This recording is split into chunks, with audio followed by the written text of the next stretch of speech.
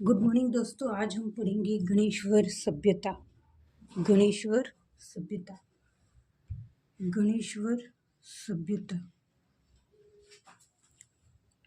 I hope आपको दिख रहा होगा। मानव के प्रारंभिक विकास का पता चला गणेश्वर सभ्यता में।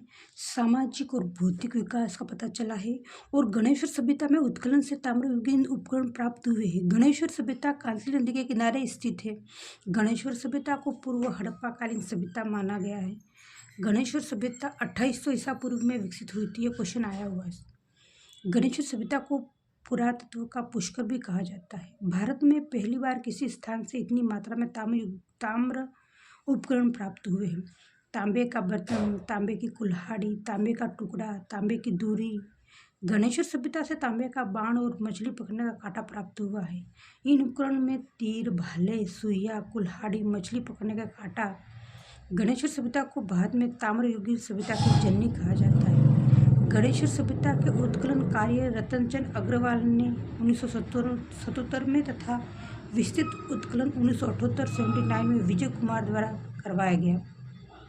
गणेश्वर सभ्यता में उत्खनन में जो मृदबाण प्राप्त हुए उन्हें कपिशवणी मृदबाण कहते हैं। गणेश्वर सभ्यता से मिट्टी के छल्लेदार बर्तन भी प्राप्त हुए हैं। गणेश्वर सभ्यता से काले और नीले रंग के अलंकृत मृदबाण मिले हैं।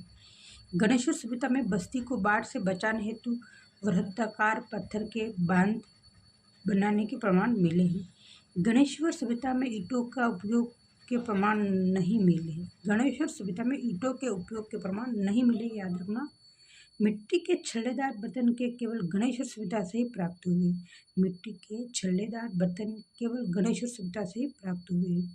गणेश्वर सभ्यता के उत्खनन से दोहरी पेचदार सिरे वाली ताम्रपीन भी प्राप्त हुई है। गणेश्वर सभ्यता के लोग गाय, बैल, बकरी, सूअर, कुत्ता, गधा आदि पालते थे। गणेश्वर सभ्यता को ताम्र संचय संस्कृति भी कहा जाता है।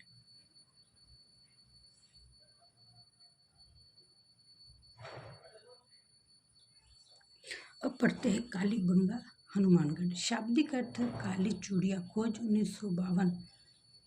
अमलानंदन घोष। उत्खनन बीवी लाल बीके। फिर पतन के कारण कैनेडी ने कहा है संक्रामक रोग। अमलानंदन घोष ने कहा है जलवायु परिवर्तन। डीपी अग्रवाल गंगा नदी का सूखने का पतन बताया है। डैल्स ने नदी द्वारा मार्ग परिवर्तन बताया है। कालीबंगा। कालीबंगा सिंधु घाटी सभ्यता की तीसरी राजधानी सर्वोत्तम एलपीटेसी से जानकारी मिली। वो तीसरी राजधानी दशरथ शर्मा ने कहा। सिंधु घाटी सभ्यता की पहली राजधानी हड़प्पा। सिंधु घाटी सभ्यता की दूसरी राजधानी मोहनजोदड़ो। एकमात्र भूकंप से साक्ष्य मिले हैं। अब पढ़ेंगे कालीबंगा हनुमानगढ़ के उपनाम।